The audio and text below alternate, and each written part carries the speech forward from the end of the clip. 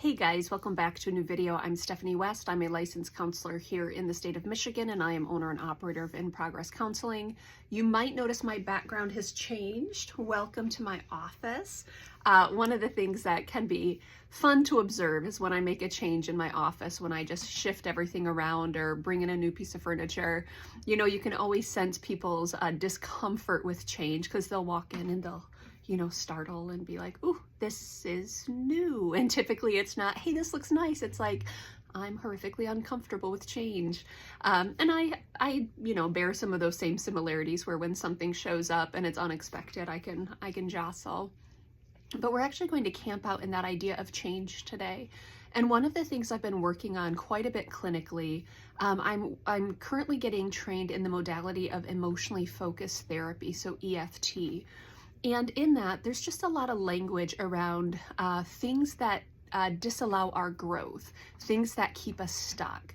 And one of the things that can keep us stuck often is fear.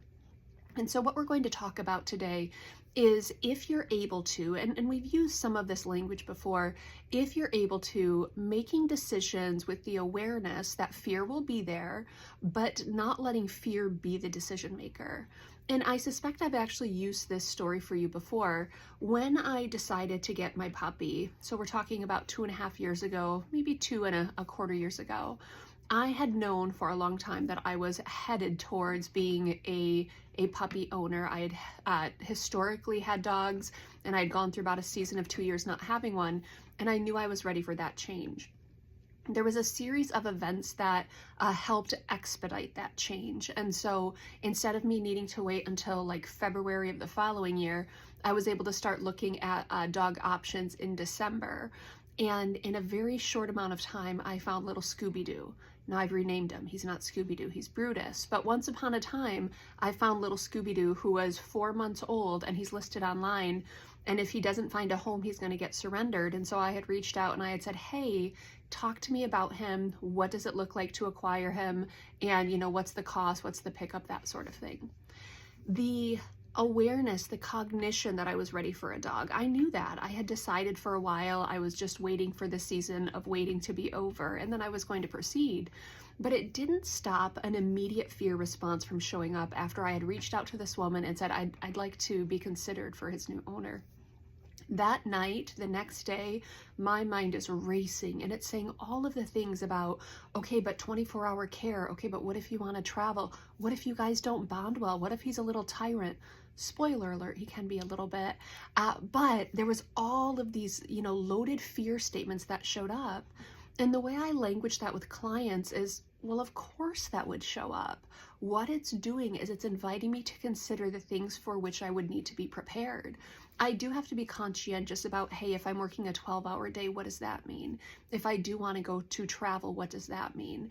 If I'm going to be his sole caretaker, what does that mean? I'm not being emotionally unreasonable to anxietize about that, but I have options with how do I approach that. What I shouldn't be doing is making decisions in that heightened state of agitation. And so what it would look like where I'm working with a client on fear, we would put kind of our pragmatic self and our emotional self. And then we go through on the pragmatic side and we put all of our cognitions. This is what I've decided.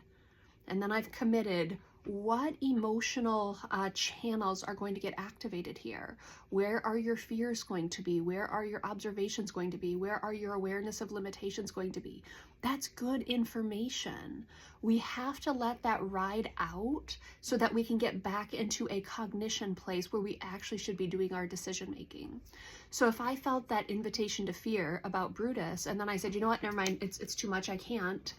I've not given my emotions due time to process, give them kind of the respect that they warrant, and then say, I will make decisions after this fear response happens.